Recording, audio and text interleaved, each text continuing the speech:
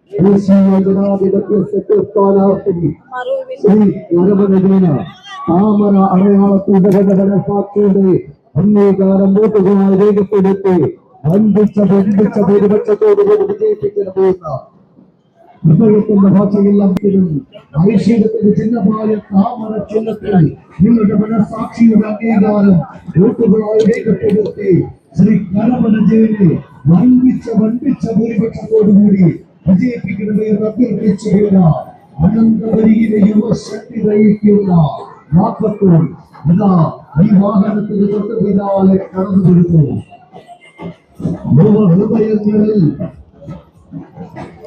ഹൃദയങ്ങളിൽ ഒഴിവാക്കാനാവാത്ത Tejasvi Surya ലഭിക്കുവാണ്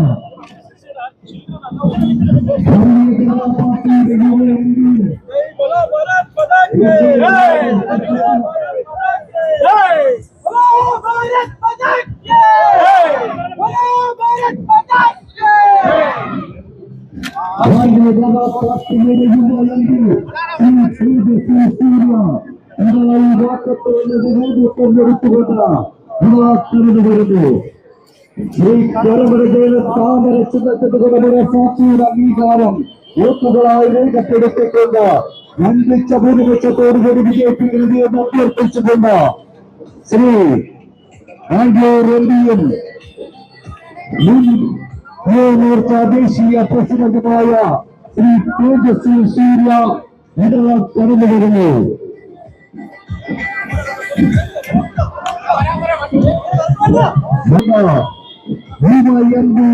Bangalore Member of Parliament Sri Tejasvi Surya ഈ വാക്കത്തോടെ നേതൃത്വം ഈ രാജവീതിയിലൂടെ നടന്നു വരുന്നു.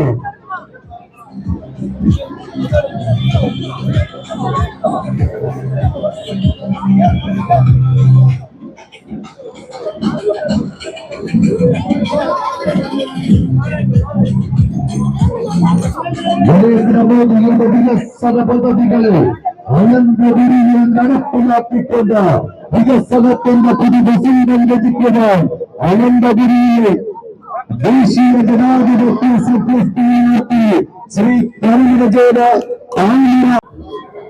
കോർപ്പറേഷൻ ഭരണത്തിനെ നല്ല രീതിയിൽ കൊണ്ടുപോകാൻ തിരുവനന്തപുരം നഗരത്തിൽ നിന്ന് 4 MLA-മാരും ജയിച്ചു വരണമെന്ന് ജനങ്ങൾ ആഗ്രഹിക്കുകയാണ്.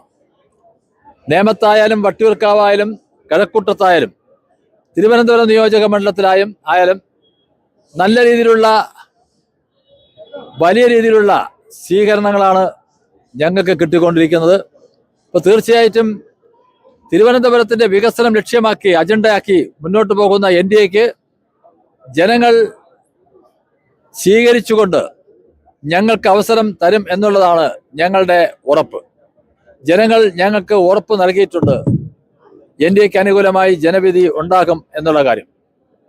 ഇപ്പോൾ ഈ കിഴക്കേക്കോട്ടയിലാണ് നിൽക്കുന്നത്. ഇവിടെ ശ്രീപത്മനാഭസ്വാമി ക്ഷേത്രത്തിൻ്റെ തിരുമുറ്റത്താണ് നിൽക്കുന്നത്. ഈ കോട്ടയുടെ അവസ്ഥ തന്നെ നോക്കിയാൽ അറിയാം. കിഴക്കേക്കോട്ടയുടെ അവസ്ഥ വളരെ പരിതാപകരമായ രീതിയിലാണ് പൊയ്ക്കൊണ്ടിരിക്കുന്നത്. ഒരു തകർച്ചയുടെ വക്കിലാണ്. പൊട്ടലുകൾ പല ഭാഗത്തുമുണ്ട്.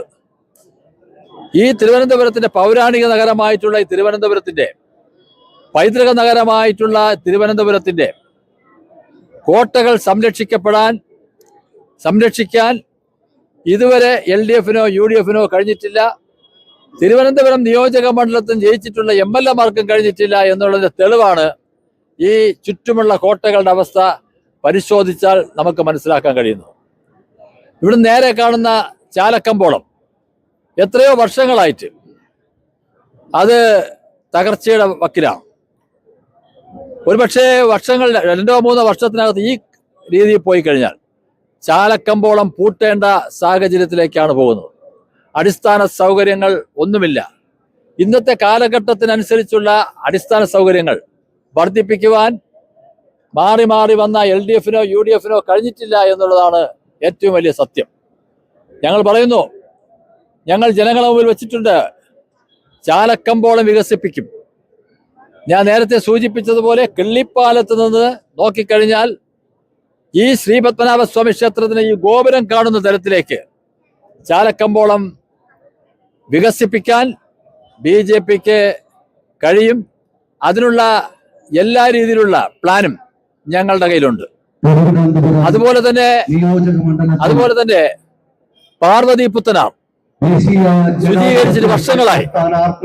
ആമയിഴഞ്ചാൻ തോട് അടക്കമുള്ള പല പ്രശ്നങ്ങളും തിരുവനന്തപുരം കിഴക്കേക്കോട്ട വികസനം അത് തന്നെ പരിതാപകരമായിരിക്കുന്നു. ഇതുവരെയും കിഴക്കേക്കോട്ട വികസനം സാധ്യമാക്കിയിട്ടില്ല.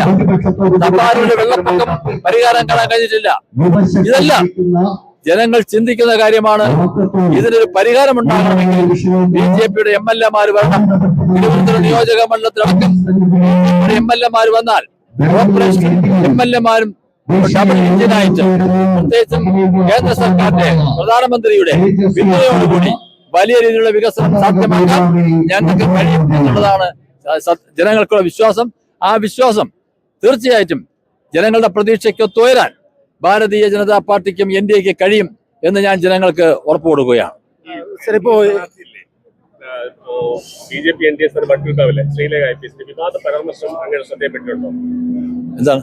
അതായത് ലവ് ജിഹാദ് കേരളത്തിലുണ്ടെന്നും അവർ ഭരിക്കുമ്പോൾ അവര് പ്രദാനം ചെയ്ത ഡിപ്പാർട്ട്മെന്റ് അത്തരം പരാമർശം പോലും DGP പോലും അന്നത്തെ ഒന്നും എടുത്തില്ല. അതിൽ പക്ഷേ നിഷ്പക്ഷമായി നിൽക്കുന്ന വോട്ടുകൾ വരുന്നവർക്ക് BJPക്ക് തിരിച്ചടിയാകില്ല അത്തരം പ്രസ്താവനയാണ്. അല്ല, അത് ഒരു കാര്യം.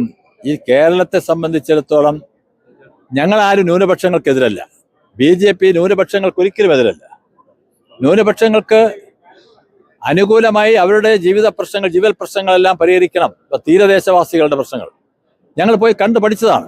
അവരെല്ലാം BJP യെ പറ്റി. ഞങ്ങൾ ഒരിക്കലും തീവ്രവാദികൾക്ക് ഞങ്ങൾ എതിരാണ്, രാഷ്ട്രവിരുദ്ധ ശക്തികൾക്കെതിരാണ്. അത് BJP-യുടെ ആ എതിർത്ത് ശക്തമായി പരാജയപ്പെടുത്തുക എന്നുള്ളത് BJP-യുടെ അജണ്ടയാണ്. ഇപ്പോ SDPI പോലെയുള്ള ഇസ്ലാമിക മതമൗലികവാദ സംഘടനകളുമായിട്ട് സംഘടനകളുമായിട്ട് CPM കൂട്ടുകെട്ട് പരസ്യമാക്കിയിരിക്കുകയാണ്.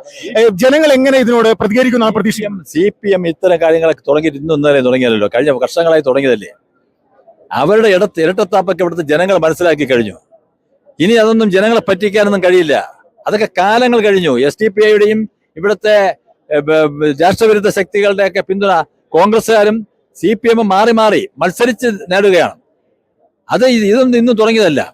ഞങ്ങൾക്ക് ഇതൊന്നും പ്രശ്നമല്ല. എങ്ങനെയൊക്കെ ഒരുമിച്ച് ആരൊക്കെ നിന്നാലും BJP-യുടെ വിജയത്തെ തടയിടാൻ ഒരു ശക്തിക്കും കഴിയില്ല എന്നുള്ളത് ഞങ്ങൾക്ക് ജനങ്ങളുണ്ട്. പാർട്ടിക്ക് അതിനനുസരിച്ചുള്ള സംഘടനാ സംവിധാനമുണ്ട്.